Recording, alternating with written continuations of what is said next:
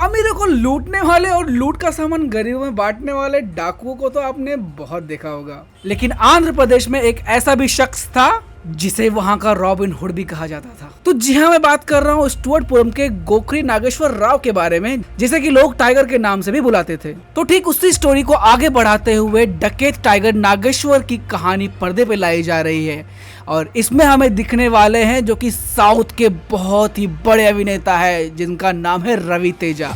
मतलब उनकी एक्टिंग की साउथ में लोग कितनी दीवानगी रखते हैं ये बात तो सब जानते हैं।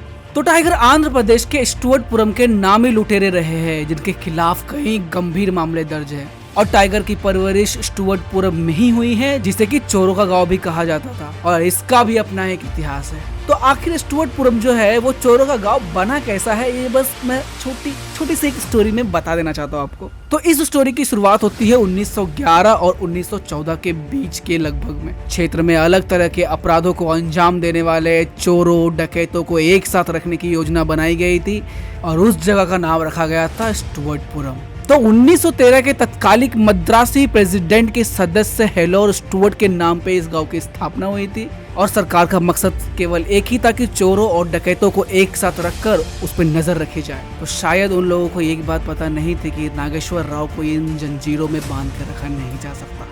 हालांकि नागेश्वर राव 1970 के दशक में केवल छोटी मोटी चोरियां ही किया करता था।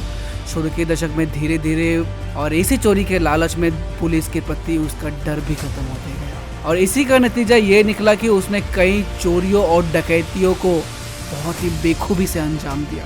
आंध्र प्रदेश, तेलंगाना, तमिलनाडु और कर्नाटक जैसे बड़े बड़े राज्यों में डकैती करने के बावजूद भी वो पुलिस के चंगुल से बच निकलता था और यही वो मेन वजह है जिससे कि उसका नाम टाइगर पड़ गया।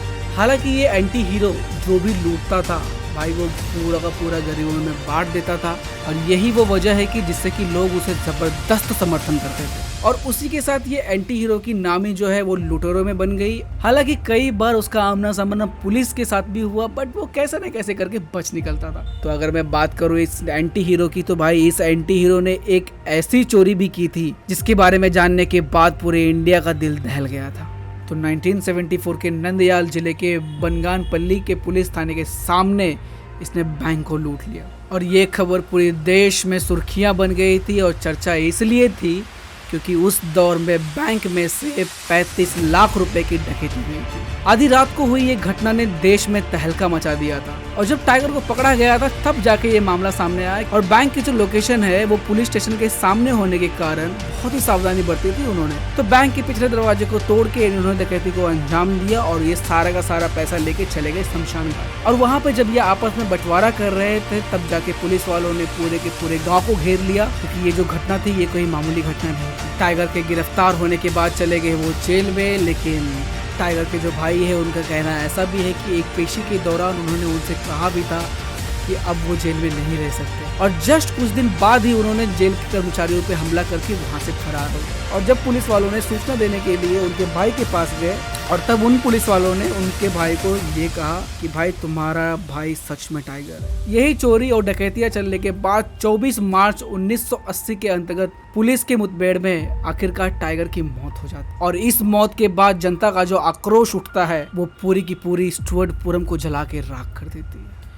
चोरों की गांव की कहानियां तो स्टुअर्टपुरम पर कहीं सारी बन चुकी है बट टाइगर नागेश्वर राव के ऊपर एक भी फिल्म नहीं बनाई गई। फिल्म के निर्देशकों का कहना है कि वहां के गांव वाले जो है वो उन्हें ऐसा करने से रोकते हैं। उनकी मान्यता यह है कि उनके गांव का नाम खराब हो जाएगा और उनके युवाओं को इससे खतरा हो सकता है। फिल्म की कहानियां जो है वो बहुत सारी परोसी गई है बट डायरेक्टर जो है वो सिर्फ असली कहानी को लाने की कोशिश कर रहे हैं और फाइनली इसीलिए रवि तेजा के रूप में हमें देखने को मिलेगा टाइगर वो भी स्टुअर्टपुरम का।